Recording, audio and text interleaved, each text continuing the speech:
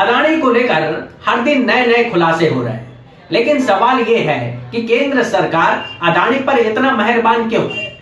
क्यों नहीं विपक्ष की जेपीसी मांग को सरकार मान रही है?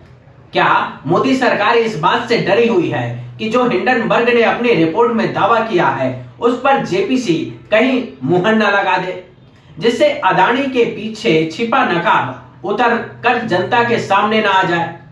जब अदानी पर सवाल खड़े किए जा रहे हैं तब भी मोदी सरकार अदानी की मदद करने से पीछे नहीं हट रही है। द हिंदू की रिपोर्ट के मुताबिक हिंडनबर्ग के चलते शेयर बुरी तरह से टूटने के बाद भी ईपीएफओ अदानी ग्रुप के 2 शेयरों में अपना निवेश जारी रखेगा। इनमें ग्रुप की फ्लैगशिप कंपनी अदानी इंटरप्राइजेज और Adani ports and special economic zone शामिल है। रिपोर्ट के मुताबिक इन्वेस्टमेंट का यह सिलसिला सितंबर 2023 तक जारी रखा जाएगा। इसको लेकर राहुल गांधी पहले ही सवाल खड़े कर चुके हैं। उन्होंने सरकार से पूछा था कि एलआईसी पूंजी अदानी को, एसबीआई की पूंजी अदानी को, ईपीएफओ की पूंजी भी अदानी को। मोदी के खुलासे के बाद भी जनता के रिटायरमेंट का पैसा अदानी की कंपनियों में निवेश क्यों किया जा रहा है? प्रधानमंत्री जी न जांच न जवाब, आखिर इतना डर क्यों है? अब यही सवाल आपके राज्यसभा सांसद संजय सिंह उठा रहे हैं। उन्होंने मोदी सरकार से पूछा कि आखिर सरकारी और प्राइवेट विभागों में काम करने वाले 28 करोड़ कर्मचारियों का पीएफ का 1,57,000 करोड़ रुपए मोदी सरकार ने अपने दोस्त अदानी और कई कंपनियों में क्यों लुटाया? मैं देश के प्रधानमंत्री से पूछना चाहता हूं कि आखिर इस देश के करोड़ों लोगों का पैसा हिंडनबर्ग रिपोर्ट आने के बावजूद, शेयर को ओवर वैल्यू किया गया है, इसके बावजूद शेयर मार्केट में आप क्यों लगा रहे हैं? ये 1,57,000 करोड़ रुपए इस देश के लोगों का पैसा जब डूबेगा तो उसकी जवाबदेही किसकी होगी? सोचिए, प्रधानमंत्री मोदी विपक्ष को घेरने के लिए कोई मौका नहीं छोड़ते। हाल में जब मोदी तेरी कब्र खुदेगी के नारे लगे, मोदी उसे रैलियों में भुनाने से भी नहीं चूके। कुछ लोग कब्र खोदने में बिजी हो गए। ऐसा वो पहली बार नहीं कर रहे थे, बल्कि गालियों को प्रधानमंत्री मोदी हर बार चुनावी रैलियों में लेकर जाते हैं। वो कहते हैं कि विपक्षी मुझको गाली देते हैं और उस गाली से मुझको ऊर्जा मिलती है। उनके पास गालियों के सिवा देने के लिए बचा क्या है भाई? तो फिर सवाल है कि मोदी जब ऐसी बातों का जवाब दे सकते हैं तो फिर अदानी स्कैम पर उठ रहे सवालों पर जवाब देने से क्यों डर रहे हैं? क्यों नहीं बताना चाहते कि 20,000 करोड़ अदानी की शेल कंपनियों में बेनामी पैसे किसके हैं? मोदी अदानी का रिश्ता क्या है? अदानी की मदद पीएम मोदी और सरकार कैसे करती है? एलआईसी, एसबीआई, ईपीएफओ का पैसा अदानी की कंपनियों में क्यों लगाया जा रहा है? अदानी और पीएम मोदी कितनी बार एक साथ विदेश गए? ये सवाल सिर्फ कांग्रेस नहीं पूछ रही है, बल्कि देश की संसद में चुने हुए 543 मौजूदा सांसदों में से सरकार के पक्ष में 330 सांसदों को छोड़कर विपक्ष के 211 सांसद पूछ रहे हैं, जो संसद में अदानी के मुद्दे पर जेपीसी गठित करने की मांग कर रहे हैं। लेकिन सरकार के पक्ष में खड़े सांसद जेपीसी मांग न हो, इसलिए मोदी सरकार संसद नहीं चलने दे रही है। सिर्फ अदानी के मुद्दे पर पूरा सत्र मोदी जी ने चलने नहीं दिया। आप सांसद संजय सिंह राज्यसभा में पूछ रहे हैं कि अदानी घोटाले की जांच क्यों नहीं करा रहे हैं, जेपीसी क्यों नहीं बना रहे हैं? इस शोर शराबे के बीच सभापति जगदीप धनखड़ ने राज्यसभा को स्थगित कर दिया। क्यों अदानी के घोटाले की जांच नहीं कर रहा है? जेपीसी हाउस ये इसलिए किया जा रहा था ताकि विपक्ष अदानी पर सवाल न पूछ पाए। अगर ये सच नहीं है तो फिर अदानी पर चर्चा से सरकार क्यों भाग रही है? ये 2008 के बाद पहली बार है जब संसद को सत्ता पक्ष नहीं चलने दे रहा है।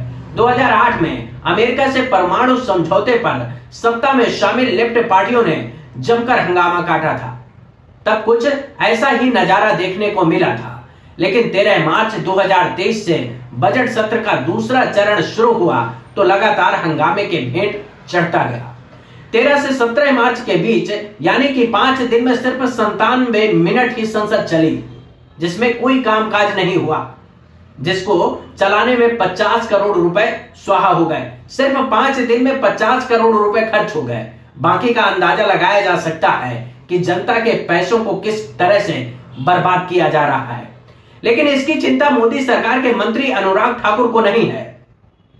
राहुल गांधी के साथ कांग्रेस शासित राज्यों के मुख्यमंत्री सूरत क्यों गए, इसकी चिंता उनको सताए जा रही है। अब राज्य के मुख्यमंत्रियों को कामकाज छोड़ाकर इस काम पे लगाया है।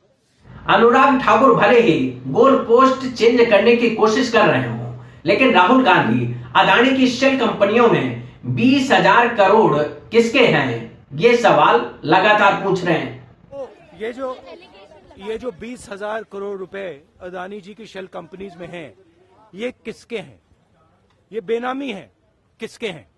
सरकार के पास इसका कोई जवाब नहीं है। हर दिन बीजेपी प्रेस कॉन्फ्रेंस कर विपक्षी दलों को घेरने की कोशिश करती है, लेकिन अदानी की शेल कंपनियों में 20,000 करोड़ रुपए किसका है, इसका जवाब ना तो प्रधानमंत्री मोदी देते हैं और ना ही बीजेपी। आखिर बताना चाहिए कि भ्रष्टाचार के खिलाफ अभियान चलाने वाली मोदी सरकार की एजेंसियां अदानी घोटाले पर कार्रवाई क्यों नहीं कर रही हैं? वो किसके ऑर्डर का इंतजार कर रही हैं? उनको कौन रोक रहा है? हिंडनबर्ग की रिपोर्ट से हुए खुलासे के बाद जांच करने से। सुप्रीम कोर्ट कमेटी के पीछे मत छुपिएगा, क्योंकि सुप्रीम कोर्ट गठित committee review of regulatory framework कर रही है। वो ये नहीं बता रही कि एलारा कैसे डिफेंस कंपनी में घुसा हुआ है, वो ये नहीं बता रही 82 गुना शेयर कैसे बढ़े, वो ये नहीं बता रही कि बेनामी संपत्ति कैसे आ रही है उन मोनोपोलीज में, वो ये नहीं बता रही कि क्यों रूल बदले गए एयरपोर्ट और पोर्ट के और एसईजेड के, जबकि दिक्कत व्यक्त करी थी फाइनेंस मिनिस्ट्री ने। आखिर किस बात का मोदी सरकार को डर है जिसकी वजह से विपक्षी दलों की जेपीसी मांग को नहीं सुना जा रहा है? जब अदानी के खिलाफ विपक्ष एकजुट खड़ा है, तब सरकार अदानी की तरक्की का राज क्यों छिपा रही है? मैंने कहा कि अदानी जी 609 नंबर से दूसरे नंबर तक कैसे पहुंचे, तो मैंने सिर्फ एक सवाल पूछा, नरेंद्र मोदी जी आपका अदानी जी से रिश्ता क्या है? जब अदानी सवालों के घेरे में खड़े हैं, उनके भ्रष्टाचार पर हिंडनबर्ग की रिपोर्ट से दुनिया भर में तहलका मच गया, उसके बाद अदानी की संपत्ति को भारी नुकसान हुआ, देश के शेयर धारकों का पैसा डूब गया, LIC और SBI का पैसा डूबा, अदानी दुनिया के अमीर लोगों की लिस्ट में दूसरे पायदान से खिसक कर 26वें पायदान पर पहुंच गए। अदानी की कंपनियों के शेयर में भारी गिरावट आई। इस खेल के बीच एक और खेल हो गया। अदानी समूह को मार्च में कोल ब्लॉक नीलामी में महाराष्ट्र के 4 कोल ब्लॉक दे दिए गए। इस नीलामी में अदानी ग्रुप के अलावा एक और कंपनी थी जिसका नाम कैबिल माइनिंग प्राइवेट लिमिटेड है।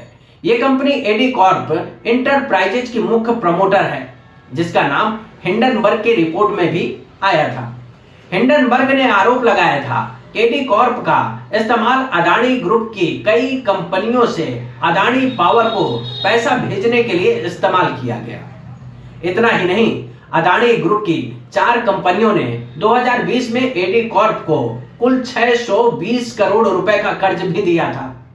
दिलचस्प किस्सा यह है कि कैबिल माइनिंग को खनन का कोई अनुभव नहीं है, लेकिन ये अदानी समूह के सामने एक तरह से दिखाने के लिए मधेरी ब्लॉक की माइनिंग राइट्स की नीलामी में उतरी, ताकि नीलामी की प्रक्रिया को पूरी किया जा सके। क्योंकि केंद्रीय कोयला मंत्रालय के नियमों के मुताबिक किसी व्यवसायिक खदान की नीलामी तभी पूरी होगी जब कम से कम 2 बोली लगाने वाले हों। तो क्या अदानी के खिलाफ दिखाने के लिए कैबिल माइनिंग को मैदान में उतारा गया ताकि अदानी को कोल ब्लॉक मिल सके? कैबिल माइनिंग के अदानी के खिलाफ बोली लगाने का फायदा यह हुआ कि अदानी को महाराष्ट्र के चंद्रपुर का कोयला ब्लॉक मिल गया, जहां 200 मिलियन टन कोयला है। अब इसकी खुली लूट होगी। सोचिए, इस नीलामी में जो कैबिल माइनिंग उतरी या फिर उतारा गया, उसका पेड अप शेयर कैपिटल मात्र 1 लाख रुपए है। पेड अप शेयर कैपिटल वो राशि होती है जिसके लिए शेयर धारकों को शेयर जारी किए जाते हैं और भुगतान शेयर धारक करते हैं। इतनी कम रकम सिर्फ 1 लाख रुपए पेड अप शेयर कैपिटल में है। बहरहाल विवाद यह है कि अहमदाबाद बेस्ड कंपनी कैबिल माइनिंग और एडी कॉर्प का एक ही पता है और दोनों कंपनियों का प्रमोटर भी उत्कर्ष शाह नाम का एक ही व्यक्ति है। एडी कॉर्प, जिसका नाम हिंडनबर्ग की रिपोर्ट में सामने आया था, आरोप है कि इस कंपनी की मदद से फर्जीवाड़ा करके अदानी पावर को पैसा भेजने के लिए इस्तेमाल किया गया। कैबिल माइनिंग और एडी कॉर्प नाम की कंपनी उत्कर्ष शाह के नाम है, जिसको अदानी का 30 साल पुराना दोस्त भी बताया जा रहा है। स्क्रॉल के मुताबिक उत्कर्ष शाह उस कार्यक्रम में शामिल हुए थे जिसमें गौतम अदानी की बायोग्राफी रिलीज हुई थी। वैसे कंपनी ने 2022 के कॉर्पोरेट फाइलिंग में बताया है कि उत्कर्ष शाह के पास एडी कॉर्प की 96% शेयर है। हालांकि बीते साल जब उत्कर्ष शाह की मौत हो गई तो उनके बेटे आदर्श ने दोनों फर्म की बागडोर संभाली। अब आदर्श उत्कर्ष शाह एडी कॉर्प और कैबिल माइनिंग के निदेशक है।